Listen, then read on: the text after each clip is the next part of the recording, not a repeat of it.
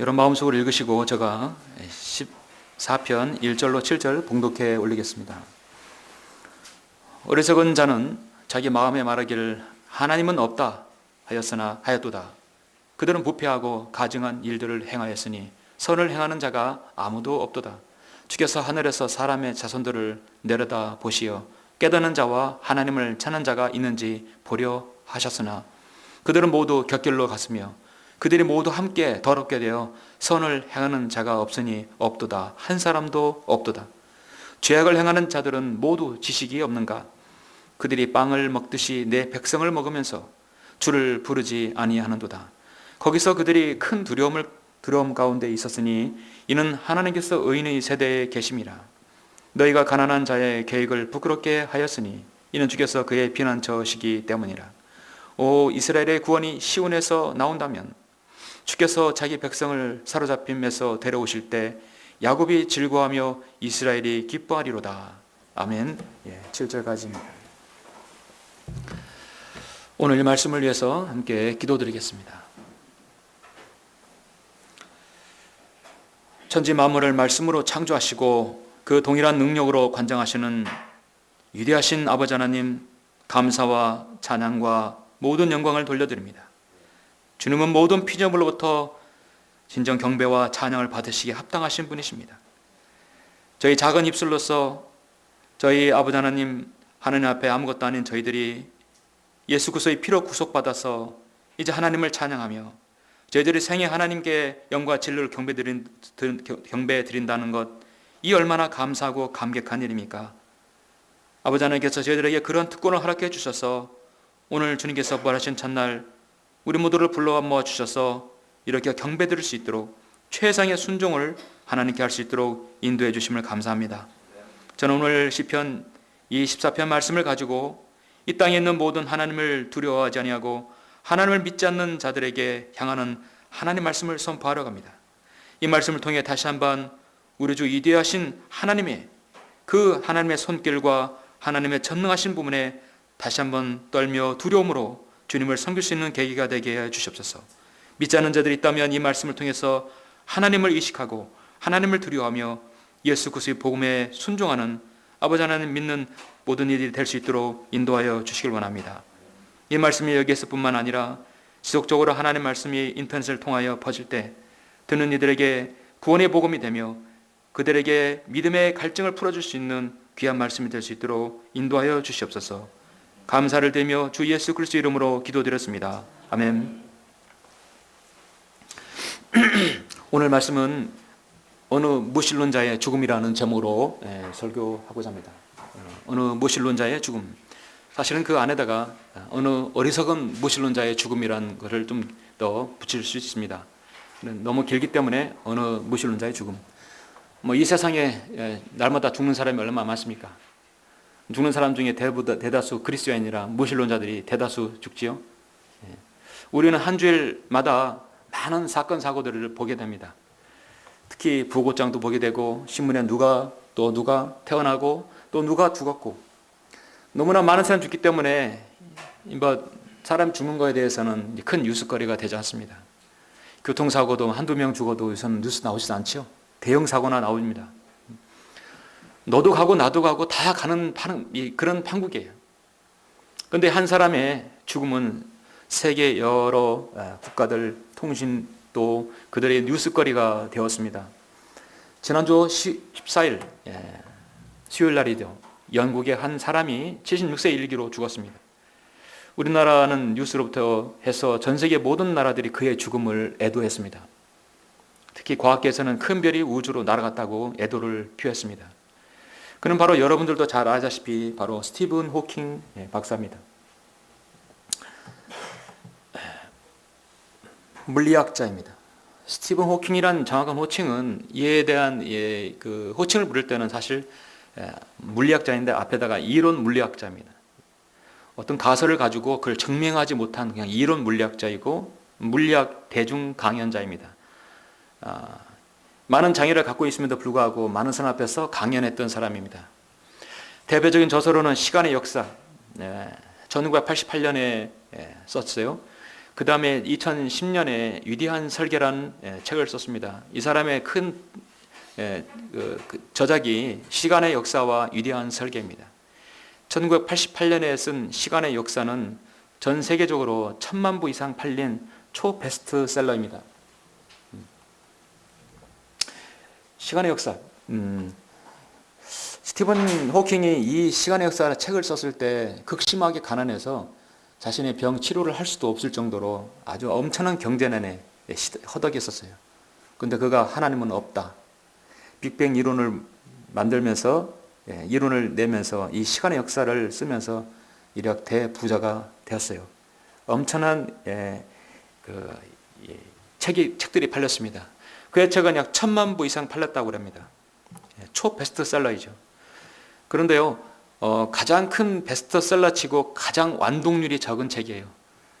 그러니까 100명이 사면 10명이 이 책을 읽지 못했다고 합니다.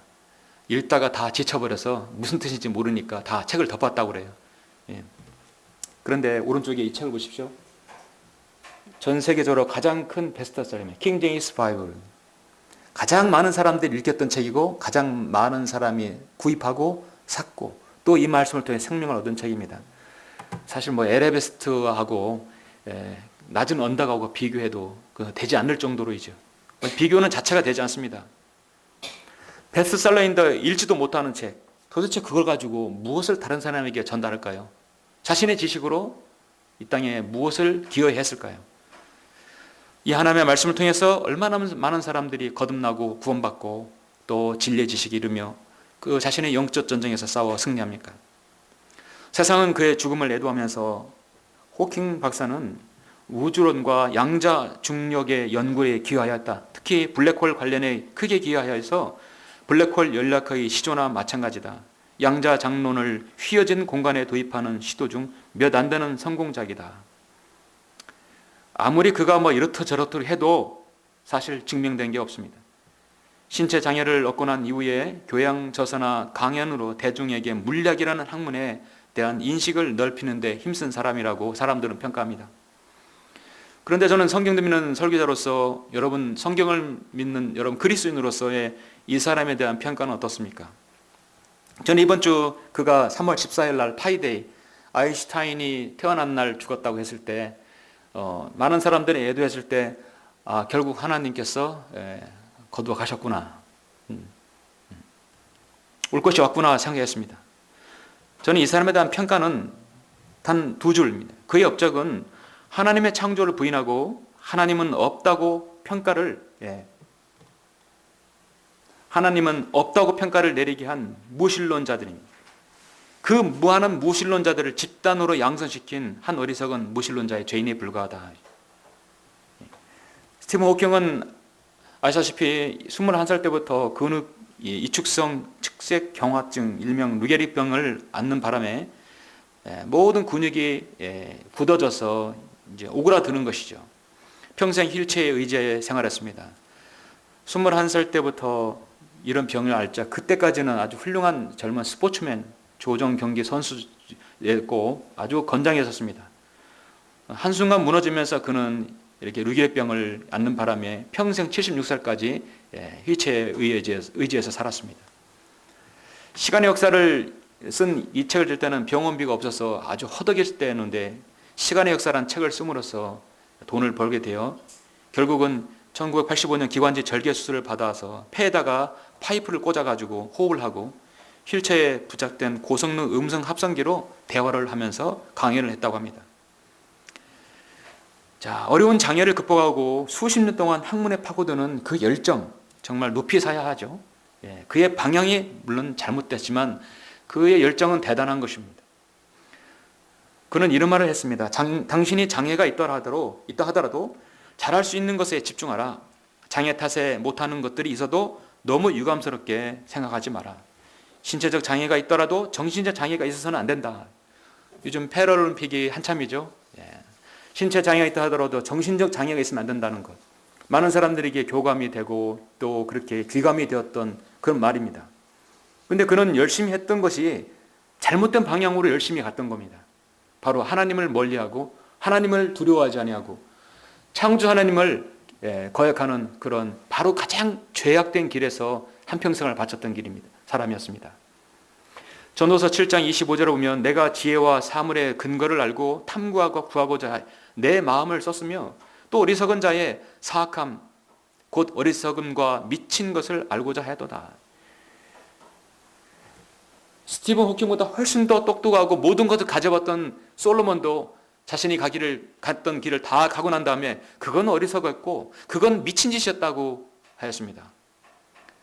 솔로몬의 총명함과 그 위대함, 스티븐 호킹의 업적은 그것도 비교가 되지 않지요. 솔로몬을 능가할 수는 없었습니다. 어느 누구도. 그렇다면 스티븐 호킹의 발자취는 전도서의 이보다 훨씬 못하겠죠. 솔로몬은 어리석음이었고 미친 짓을 하겠습니다. 이 세상에서 여러분 가장 어리석은 논쟁이 무엇입니까? 여러분 누구하고 논쟁을 벌인 적이 있으시죠? 종교적인 논쟁을 벌인 적도 있죠? 이게 옳다 저게 옳다. 가장 어리석은 논쟁이 바로 하나님은 있다 없다를 논쟁하는 것입니다. 하나님은 살아계시다. 아니다. 하나님은 없다. 더 이제 근접하게 되면 예수 그리스도까지 나오겠죠? 여러분 누구하고 하나님은 있다 없다를 논쟁하신 적 있으세요? 사실 어리석은 논쟁이에요. 한 번 제시해서 듣지 않으면 돌아서야 합니다. 믿지 않는 사람에게는 방법이 없어요. 어리석은 논쟁들과 족보 이야기들과 다툼과 율법에 대한 언쟁은 피하라. 그런 것들은 무익하고 헛된 것이라 했습니다. 믿지 않고자 하는 자들에게는 그 마음이 이미 돌아서 버렸기 때문에 방법이 없어요. 디도서 3장 9절에서 분명하게 말씀합니다. 하나님께서는 이따가 여러분 말씀 같이 펴볼 때 이사야 40장 45장 그 구절에서 한번 딱 여러분 정한 것을 보여주시고 이거 믿지 않으면 방법이 없습니다. 돌아서야 합니다. 하나님은 없다고 하는 사람에게 예수 그리스도를 전할 수가 없어요. 그래서 더 이상 논쟁이 되는 것입니다. 저는 오늘 설교에서 잠시 이 한 어리석은 무신론자가 놓치고 있는 것이 무엇인지 하나님의 말씀을 통해서 제시하고 우리가 하나님의 살아계심에 대해서 하나님의 두려우시고 위대하심에 대해서 다시 한번 숙고하는 시간을 가졌으면 합니다. 오늘 본문은 그래서 저는 시편 14편을 정했습니다. 14편을 다시 읽지 않겠습니다. 대신에 여러분 53편을 읽겠습니다. 성경에서 똑같은 장 두 번이 있어요. 왜 그랬을까요? 너무 중요하니까요. 약간 문맥은 약간 달라도 99%가 같아요. 53편을 보시죠. 우리는 14편을 봤으니까 동일한 장이라고 생각하시고요. 그렇게 중요하니까 하나님께서 다시 성령님 통해서 또 성령님께서 이렇게 기록하신 것입니다. 시편 53편 1절 어리석은 자는 자기 마음에 말하기를 하나님은 없다 하였도다. 그들은 부패하고 가증한 악을 행하였으니 선을 행하는 자가 아무도 없도다.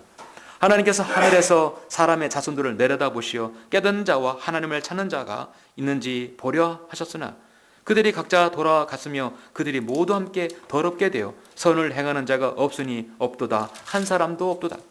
죄악을 행하는 자들은 지식이 없는가? 그들이 빵을 먹듯이 내 백성을 먹으면서 하나님을 부르지 아니하였도다. 두려움이 없는 곳에서 그들이 크게 두려워하였으니 이는 하나님께서 너를 대항하여 진을 친 그의 뼈들을 흩으셨습니다. 내가 그들로 수치를 당하게 하였으니 이는 하나님께서 그들을 멸시하셨기 때문이라. 오 이스라엘의 구원이 시온에서 나왔더라면 하나님께서 자기 백성을 사로잡힘에서 데려오실 때 야곱이 즐거워하며 이스라엘이 기뻐하리로다.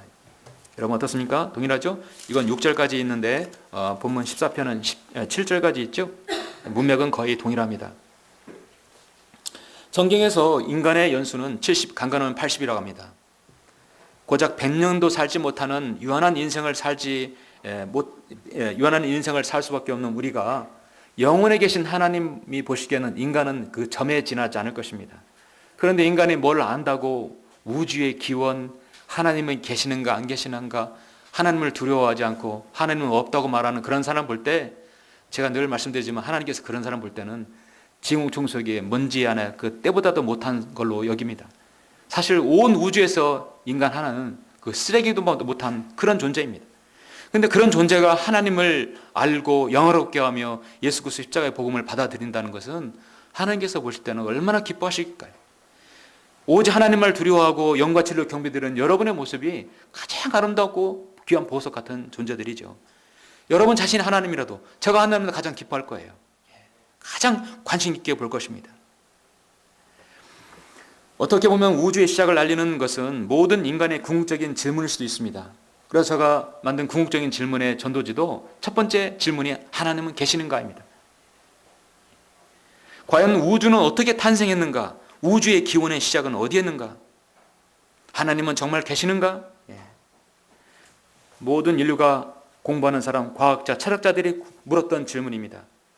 그래서 생긴 것이 사이언스예요. 과학입니다. 그런데 성경은 이미 BC 580년 전, 지금부터 약 2600년 전에 사이언스, 과학을 설명하고 있어요. 인간의 과학 문명을 만들고 학문을 만들기도 전에 사이언스라는 과목을, 그것을 하나님께서 만드셨다는 것입니다. 그래서 과학이란 말은 다니엘서 1장에서 처음 나옵니다. 느부갓네살이 이스라엘의 모든 현명한 청년들을 다 붙잡았을 때 그 안에 바로 다니엘, 사드락, 메삭, 야고벳네고도 있었죠. 왕이 그의 내시 장관 아스페나스에게 이스라엘 자손들과 왕의 시들과 고관들 중에서 몇 사람을 데려오라고 일렀더니 곧 흠없고 잘생겼으며 모든 지혜에 능숙하고 지혜에 뛰어나며 과학을 이해하며 그들 안에 왕궁에서 설 수 있는 능력을 갖춘 소년들로서 그들에게 칼데아인들의 학문과 언어를 가르치기 위함이더라. 잘 가르쳐서 나라의 어떤 인재로 쓰려고 하는 것입니다. 그때 과학을 이해했다고 하는 사람이 있어요. 과학입니다. 사도 바울 시대도 과학이 있었고요. 지금도 과학이 있습니다. 그러므로 인간의 지금부터 광을 만들어서 한다는 건 이미 해 아래 새 것은 없다고 이미 하나님께서 펼쳐놓은 것입니다. 하나님은 계시는가? 인류는 어떻게 만들어졌는가? 그리고 우주는 어떻게 만들어졌는가? 창세기 1장 1절에서 단 한 절에 모든 걸 다 무너뜨려 버립니다. 태초에 하나님께서 하늘과 땅을 창조하셨느니라. 창조했습니다. 그리고 빛을 창조하셨고 세상에 있는 모든 만물, 인간은 진화가 아니라 아담과 이브를 하나님께서 지으셨다고 말씀하고 있습니다. 전 세계 어느 나라든 도서관이든 서점이든 수많은 책들의 저자로 책꽂이를 가득 메운 책들이 중에 하나가 바로 과학서적입니다. 여러분 과학서적 보시면 늘 우주의 기원과 시작, 인간은 진화되었는가, 모두 성경에서 제시하고 있는 것들을 다시 재탕하는 게 아니라 그걸 다 역행하고 하나님 말씀을 받아들이지 않기 위해서 다른 반론을 제시하는 것들이 너무나 많습니다. 이 땅에 많은 과학책들 중에서요, 우주의 기원, 우주가 어떻게 만들어졌나에 대해서 보면 네 가지로 압축할 수 있습니다. 네 가지로 볼 수 있는데요.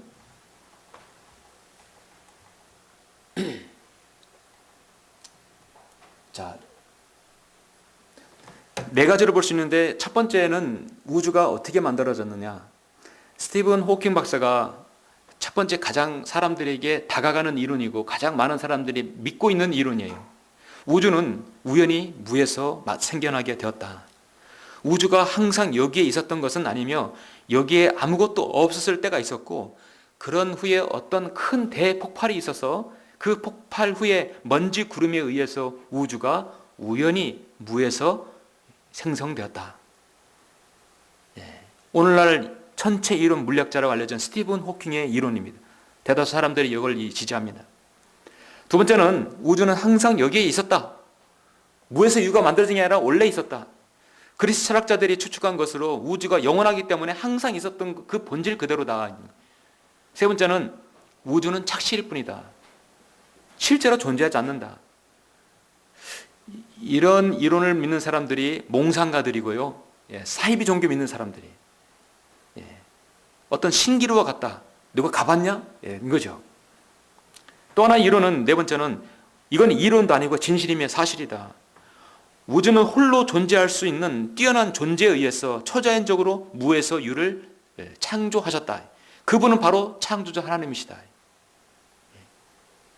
이미 BC 4천년 이전에 전능하신 하나님의 능력으로 창조됐다는 이론인데 이것은 여러분 이론이 아니라 실제죠? 여러분 당연히 네 번째죠. 그런데 첫 번째, 두 번째, 세 번째가 틀렸다는 것을 증명합니다. 무엇으로요? 제가 개인적인 사견이 증명이 아니라 성경이 증명하고 있어요. 자, 첫 번째, 우주가 무에서 유로 창조되었다, 생성되었다는 원리는 이거는 연력학 제1법칙에서 어긋납니다. 여러분 연력학에 일부 치우면 또 물리 복잡하게 들어가는구나, 그게 아니에요. 간단하게 생각해서 이거는 에너지 보존의 법칙입니다. 이거는 어떤 형태의 에너지가 다른 형태의 에너지로 바뀔 수 있으나 스스로 생성되거나 소멸되지 않는다. 어떤 에너지가 저절로 생겨지진 않는다는 얘기예요. 에너지는 소멸될 뿐이지 저절로 생기지 않는다는 것입니다. 그러니까 무에서 어떤 것이 생성될 수가 없다는 겁니다. 아무것도 없는 상태에서 커다란 폭발이 일어나서 우주가 생겼다는 스티브 호킹이 이루는 모순이며 맹목적인 신념입니다. 여러분, 스티븐 호킹 박사는 이렇게 훌륭하고 영리 많은 미술관 수많은 그의 업적들, 책들, 타에 추종하는 물리학자라고 해서 많은 상을 받았지만 유일하게 상 받지 못하는 게 있어요. 노벨상을 못 받았어요. 노벨상을. 왜 노벨상 못 받았냐? 노벨상은 항상 증명이 돼야 돼요. 어떤 화학이라든지 과학의 이론이 너가 그거를 실험으로 해서 증명이 돼야 돼요. 퀴리 부인처럼. 증명이 되는데 증명한 게 하나도 없어요. 근데 아인슈타인은 노벨상을 탔어요. 아인슈타인은 상대성 이론을 가지고 노벨상을 탄 게 아니거든요. 아인슈타인은 광전자 효과 때문에 노벨상을 받았습니다. 그걸 증명했기 때문에. 아인슈타인은 이보다 훨씬 뛰어났죠. 그래서 증명되지 않았기 때문에 노벨상을 못한 겁니다. 성경은요, 히브리서 1장 2절에서 뭐라고 했냐면, 이 마르드막 날들에 그의 아들을 통하여 우리에게 말씀하셨으니 이 아들을 만물의 상속자로 세우시고 또 그를 통하여 그분께서 세상을 지으셨느니라 했어요. 하나님께서 세상을 지으셨다고 말씀합니다. 연력학 제1법칙 에너지 보존 법칙은 무에서의 유가 저절로 만들 수 없다는 것입니다. 그건 하나님께서 만든 법칙이에요. 그걸 인간이 발견한 것뿐입니다. 두 번째는 원래 항상 여기 있었다. 원래 그 본질 그 자체다. 이건 연력학 제2법칙에서 잘못된 것입니다. 연력학 제2법칙은요, 엔트로피 법칙이라고 합니다. 엔트로피 법칙은 뭐냐면, 옷을 한 벌 샀어요. 내일 입고 모레 입고 1년 입으면 옷이 낡아지죠? 낡아지는 겁니다.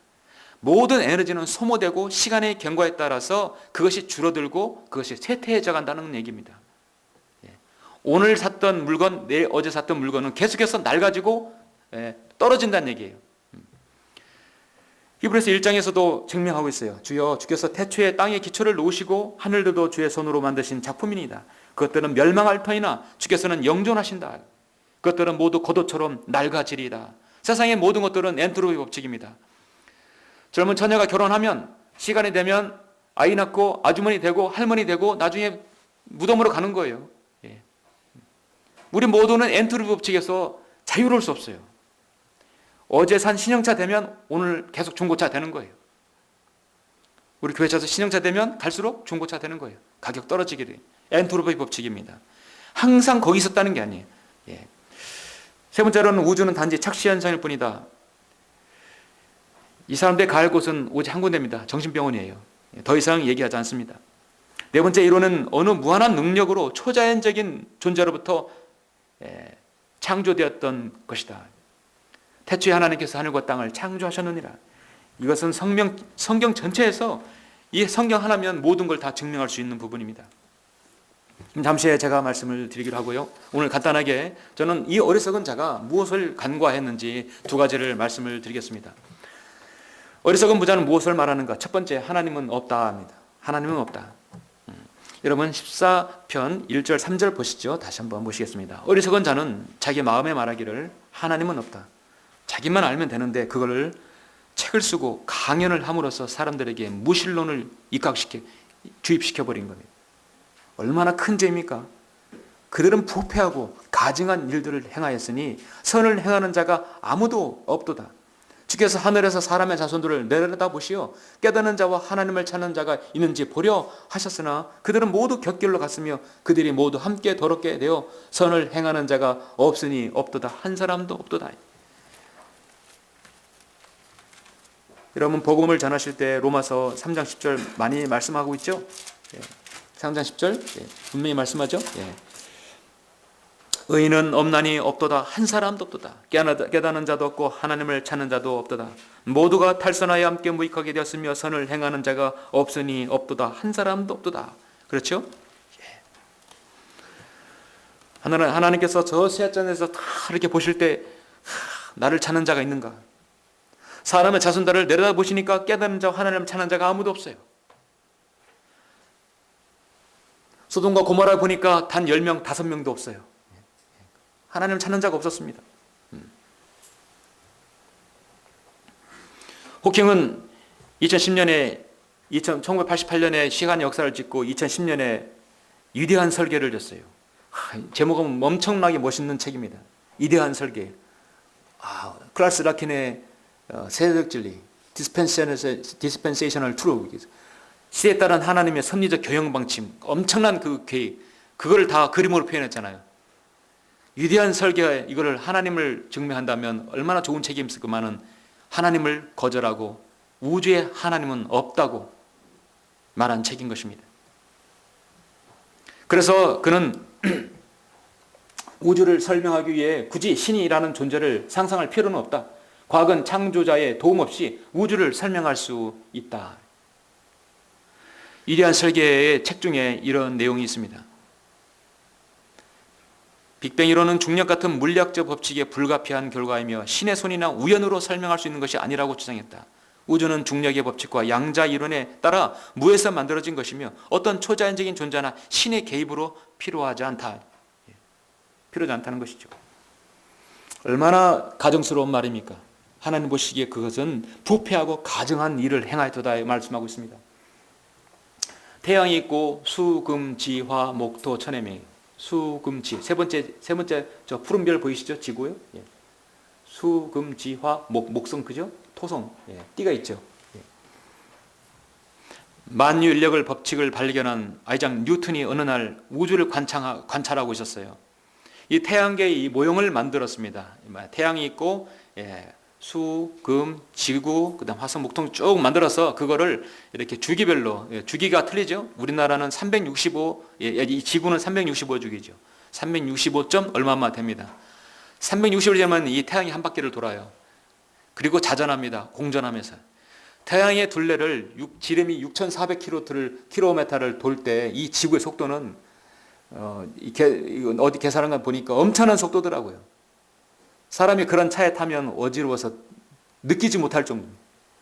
그런데 동전을 세워놓으면 동전이 넘어지지 않는 것이면 참 정말 우리가 이해할 수 없죠.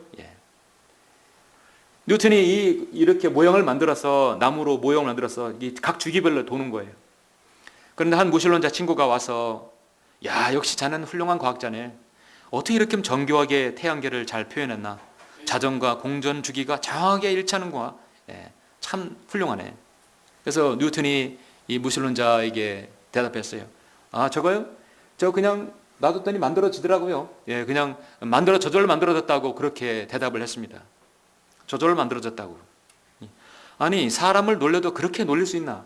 어떻게 저게 저절로 만들었나? 자네가 저거를 이렇게 깎고 만들어서 그 톱니를 연결해가지고 주기별로 연결하지 않았나? 자 보십시오. 당신은 이보다 훨씬 더 정교하고 질서정연한 우주를 저절로 만들어졌다고 하면 믿겠습니까? 내가 저걸 저절로 만들었다고 했을 때는 당신은 믿지 않았어요. 그러나 그걸 그대로 그 실제에 있는 모든 것이 저절로 만들었다고 하는 것은 바로 당신의 생각 같습니다. 저것은 저절로 만들어진 것이 아니라 전능하신 하나님의 손길에 의해서 만들어진 것이다.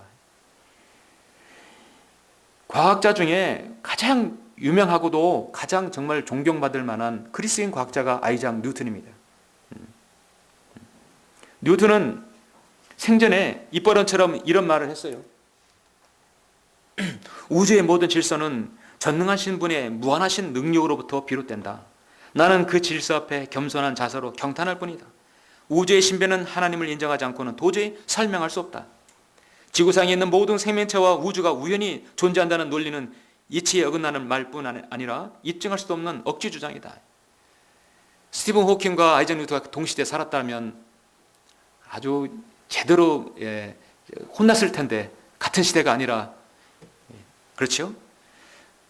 그리고 현대 천문학의 시초를 이룬 독일의 저명한 요하네스 케플러죠. 케플러도 아이작 뉴턴과 버금가는 쌍벽을 이루는 훌륭한 그리스도인 과학자입니다.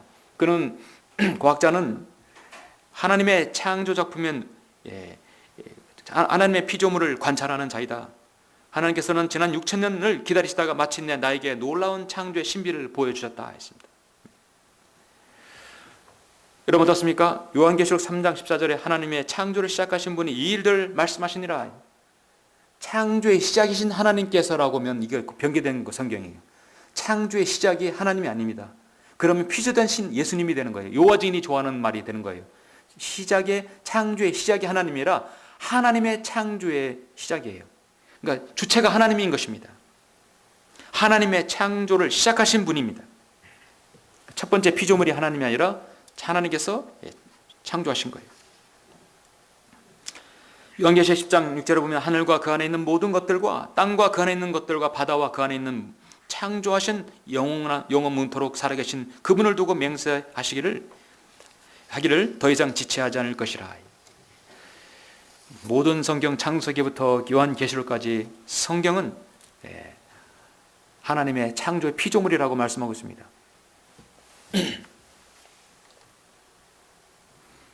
어떤 그림에서 페이스북 어떤 설교자가 보여주는데 그린 것 같죠. 어떻게 뭐 이렇게 보여진 거 아니지만 가장 볼 때 제가 참 좋아하는 그림입니다. 저 우주 셋잔을 너머에 우리가 모르는 저 엄청난 셋잔을 하나님 보좌 계신 곳에서는 저곳이 예배되어 있지 않은가. 저것의 모형은 새 예루살렘의 아주 작은 부분일 수도 있습니다.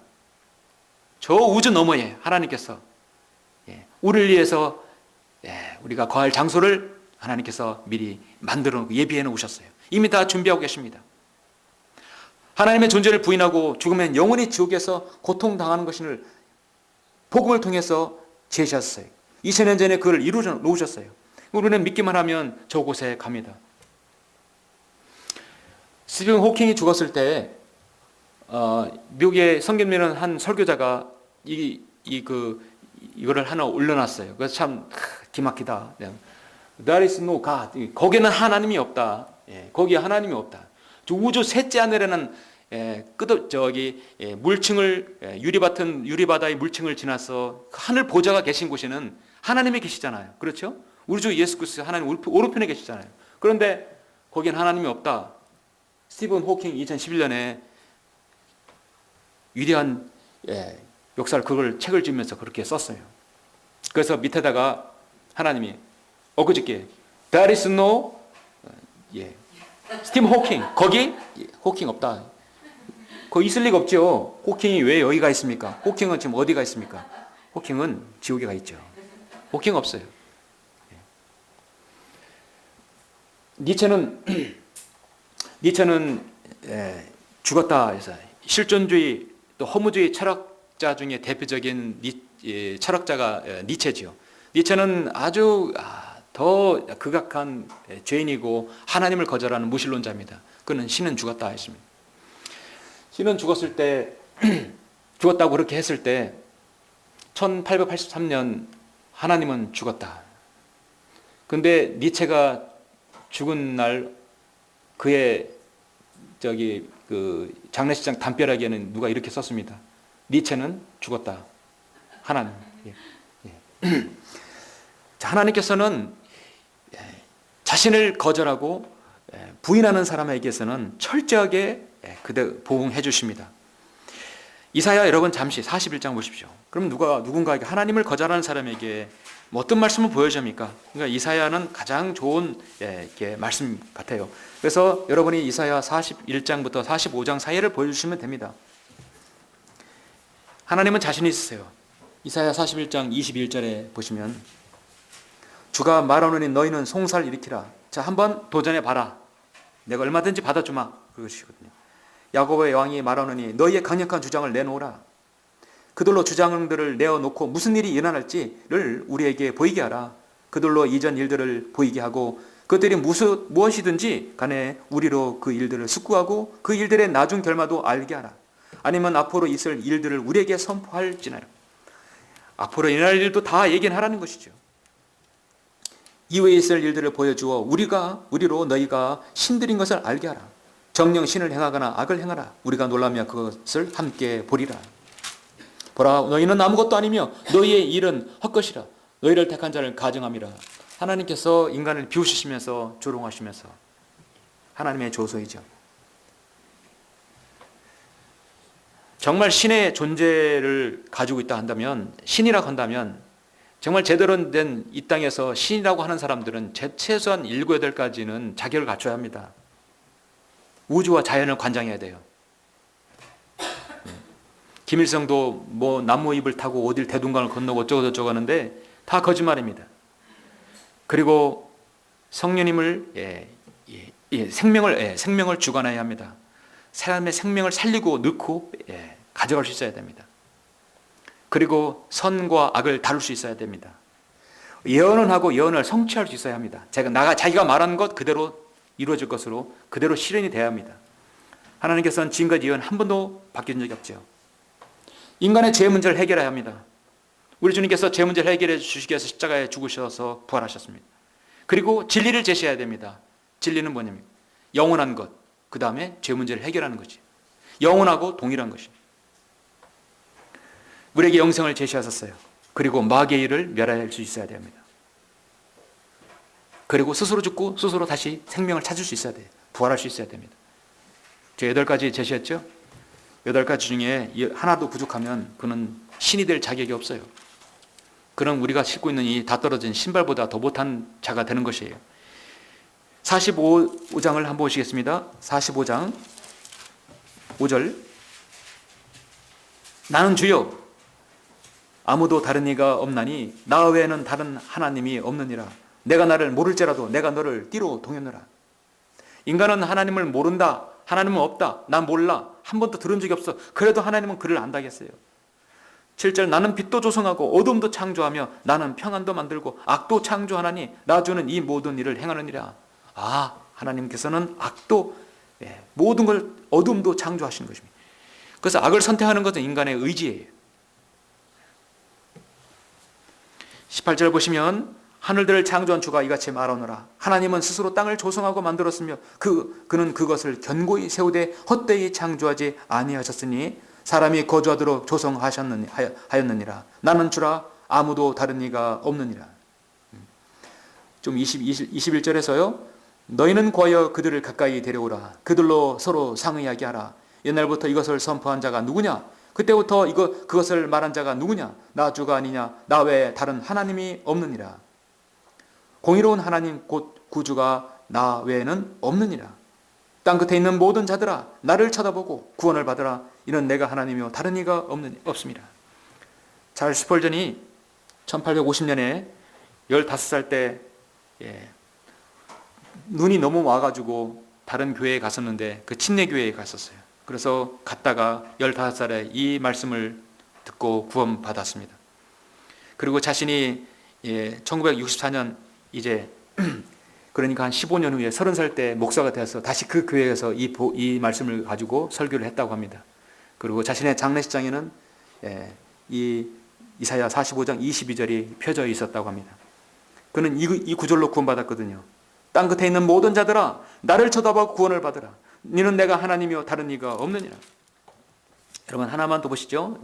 여러분 이제 시간 되시면 41장부터 46장까지 쭉 읽어보시고 내가 무신론자에게 이 말씀 보여줘야겠다 하면 딱 짚어서 여러분이 선정을 하시면 됩니다. 47장 10절에만 보시겠습니다. 이는 내가 내 사악함을 의지하고 말하기를 나를 보는 자가 없다 하였습니다. 내 지혜와 내 지식이 너를 패역해 하였으니 내가 내 마음속에 말하기를 나뿐이라 나 외에 다른 이가 없도다. 모든 무신론자들이 항상 이 말을 마음판에 새기고 있어요. 자기가 말하는 게 최고다. 자기가 최고다. 석가가 BC 445년에 태어나서 세 발짝을 거둔 다음에 보리수 나무에서 깨우친 다음에 이 말을 했다고 하죠. 나뿐이라 나 외에는 다른 이가 없느니라. 그래서 한문에 보면 천상천하 유아독전이라고 말이 있습니다. 모두 하나님의 조소의 대상이고 비난의 대상이고 창조 하나님을 모르는 이 세상의 모든 현명한 것은 다 헛것입니다. 하나님께서는 배우지 못하고 세상에서 볼 때는 무식하고 어리석을지라도 그 어리석은 자를 통해서 하나님 말씀을 통해 그들을 무력화시키는 것입니다.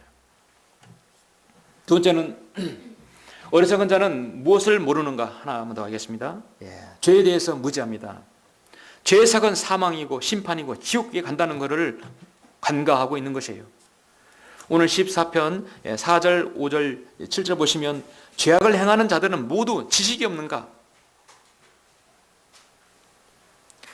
죄를 짓는 사람들은 사실 그 죄에 대해서 지식이 있어야 되는데요. 이 죄를 지으면 뭐지? 이 죄는 반드시 결과를 가져오는 걸 알아야 되는데 없어요. 아무도 모르면 자기만 꿀꺽합니다. 삼켜버립니다. 왜 미투 운동이 계속 일어납니까? 어둠 속에서 자기만 알고 있는 죄라고 생각했기 때문입니다. 그러나 자기가 알고, 당사자가 알고, 하나님이 알고, 마귀가 알고 있어요. 10년 전에 이루어진 그 죄악들이 하나하나 드러나는 것입니다. 죄를 짓는 사람들은 반드시 죄에 대한 지식이 있어야 됩니다. 죄는 사망을 가져오고 심판을 가져온다는 사실을 알아야 합니다. 그들이 빵을 먹듯이 내 백성을 먹으면서 주를 부르지 아니하는도다. 거기서 그들이 큰 두려움 가운데 있었으니 이는 하나님께서 의인의 세대에 계심이라. 너희가 가난한 자의 계획을 부끄럽게 하였으니 이는 주께서 그의 피난처시기 때문이라. 오 이스라엘의 구원이 시온에서 나왔더라면. 이스라엘 구원이 시온에서 나왔죠? 예. 주께서 자기 백성을 사로잡히면서 데려오실 때 야곱이 즐거워하며 이스라엘이 기뻐하리로다. 이제 5월 14일이면 이스라엘이 독립한 지 70주년이네요. 아주 엄청난 큰 사건이며 또 아주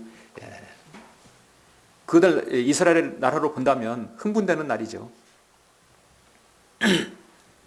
여기에 대한 자세한 이스라엘의 회복에 대한 부분은 그때 자세히 다루게 하겠습니다. 어리석은 자는 먼저 죄에 대해 무지합니다. 호키 박사는 인생이 재미없으면 그건 비극이라고 말했습니다. 그런 인생이 별로 재미없었을 것이에요.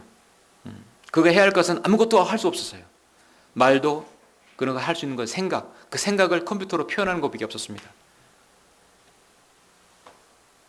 그러나 그의 종말은 결국은 성경적으로 본다면 그건 비극입니다. 그는 2번을 결혼해서 이혼을 했는데 그 자식도 있고 그 전처도 있어요. 또 그 유족들, 그를 사랑하는 사람들이 많이 있겠죠. 이 설교는 되게 싫어할 거예요.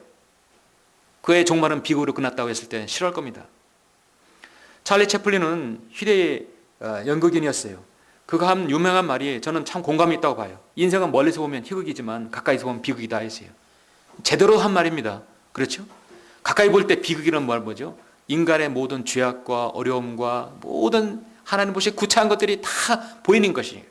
즉 가까이 인생을 보니까 이건 죄악이었구나, 이건 미친 짓이었구나, 이건 어리석은 것이었구나, 솔로몬의 글을 알았던 것이에요. 그 뒤 그가 예수 그리스도를 영접하는 것은 내가 모르겠지만 이걸 정확하게 찰스 스펄전은 뭐라고 했냐면 죄인들이 볼 때 이 세상은 낙원이지만 그리스도인이 볼 때는 이 세상은 온통 지옥이다. 로또에 당첨돼서 돈을 한 번에 많이 탄 사람에게는 세상은 낙원처럼 보이겠죠. 세상이 그렇게 보일 겁니다. 그러나 우리가 볼 때 세상은 어떻습니까? 온통 지옥입니다. 우리는 이 세상을 갈망하지 않고 이 세상은 이미 가라앉는 배와 같다고 우리는 성경은 말씀하고 있습니다. 우리는 저 하늘 셋째 하늘 그것을 기다리고 있는 것이에요. 고개를 들어서 여러분 멀리 이렇게 저녁노를 한번 보시면 저녁들이 아주 아름답게 비치는 것을 볼 수 있어요. 세상에는 아름다운 것들 누가 창조했는지 여러분 아시죠? 예수님께서 우리를 이곳에 보내시기 위해서 갈보리 십자가에서 못 박혀 죽으시고 한 강도가 예수 그리스도를 영접함으로 믿고 주라 불렀습니다. 한 사람은 주님께 욕을 했어요. 이 죄인의 두 부류를 말씀하는 것이에요. 예수 그리스도를 주로 부르는 사람인 반면 예수 그리스도를 믿지 않는 사람이 있어요. 자신의 죄 문제를 해결해 주시기 위해서 직접 죄인으로서 우리의 모든 죄를 다 주님께서 가져가셔서 죄인이라고 말씀하셨어요. 나무에 달려서 우리를 위해 십자가에 죽으시고 부활하셨습니다. 죄 없는 주님께서 우리의 죄를 모두 가져가셨던 것입니다.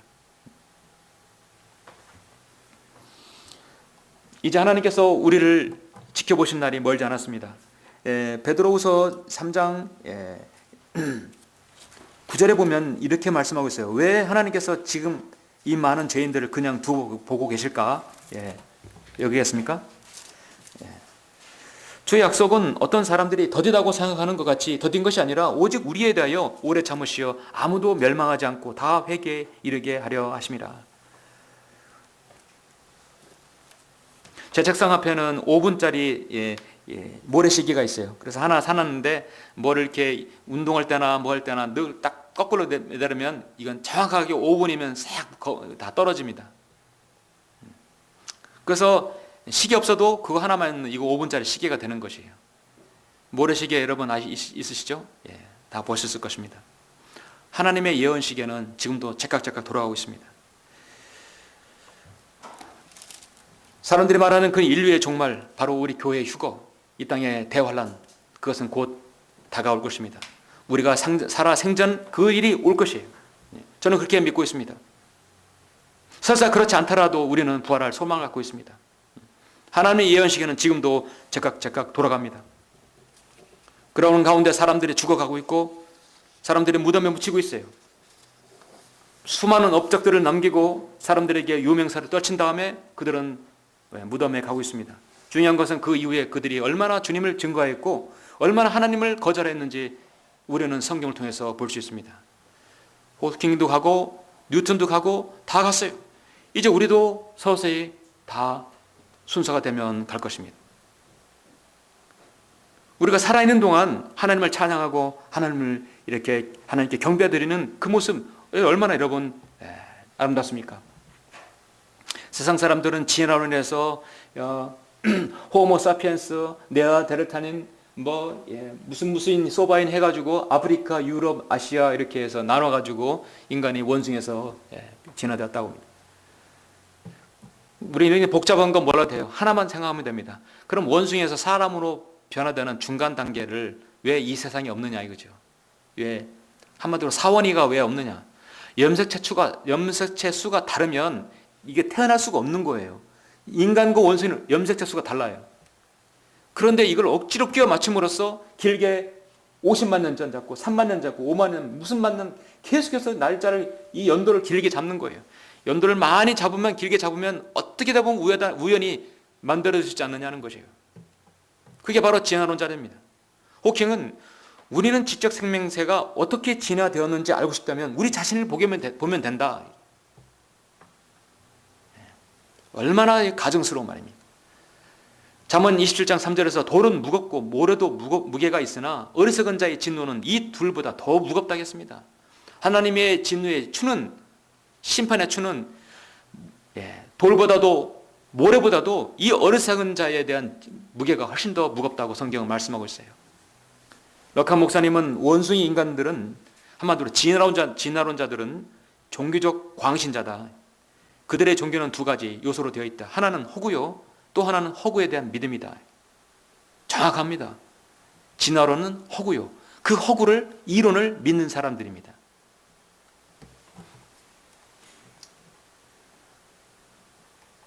저는 저녁노를 보기를 참 좋아해요. 여러분 저녁노를 좋지요? 보기 좋지요? 예. 해지는 역, 동틀 때보다도 저녁놀이 참 보기가 더 좋습니다. 얼마나 아름답습니까? 저를 여러분 저녁노를 이렇게 볼 때 보면 가을 들녘을 이렇게 보시고 들녘에서 해가 지는 걸 보시면 그 붉은 노를 보면 여러분 무엇이 떠오르십니까? 하나님께서 어쩜 이렇게 아름답게 해주실까? 인간의 상상할 수 없고 그릴 수 없는 저 아름다운 광경, 진정한 예술가입니다. 진정한 예술의 그 모든 것을 완전히 통달하신 분입니다.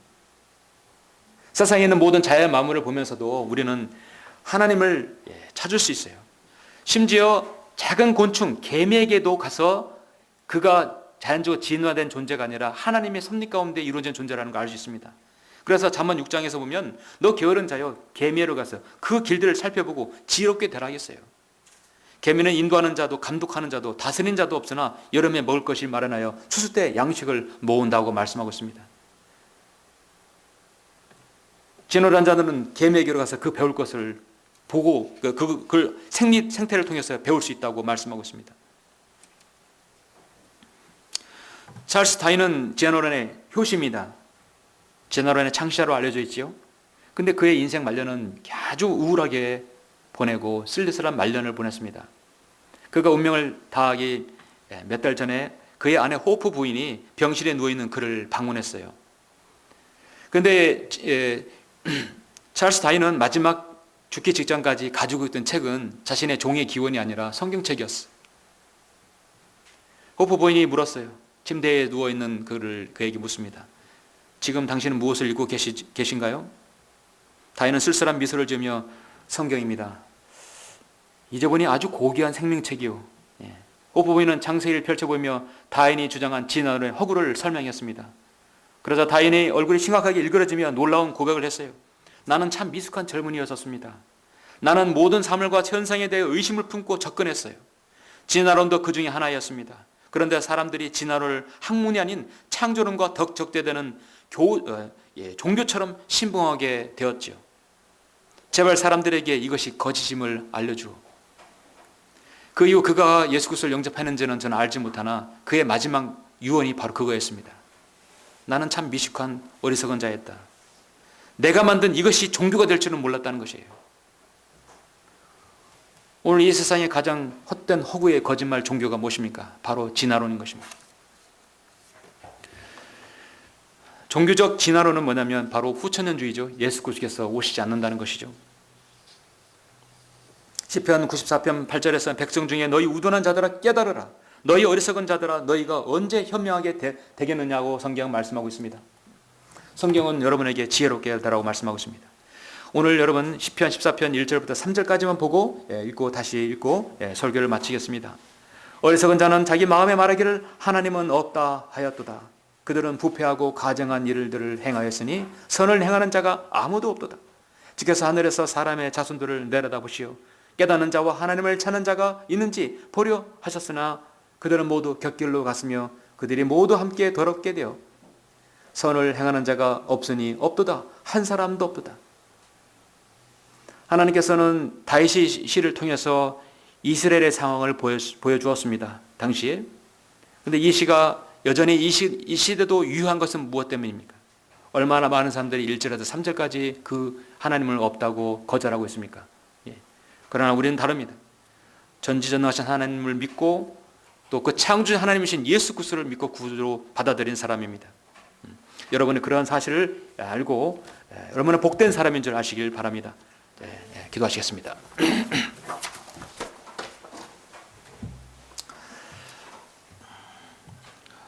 존귀하시고 위대하신 아버지 하나님 감사드립니다. 미천하고 어리석은 자가 존귀하시고 위대하신 하나님의 말씀을 대언하였습니다. 주님은 창조자 하나님이십니다. 참으로 존귀하시고 위대하신 하나님이십니다.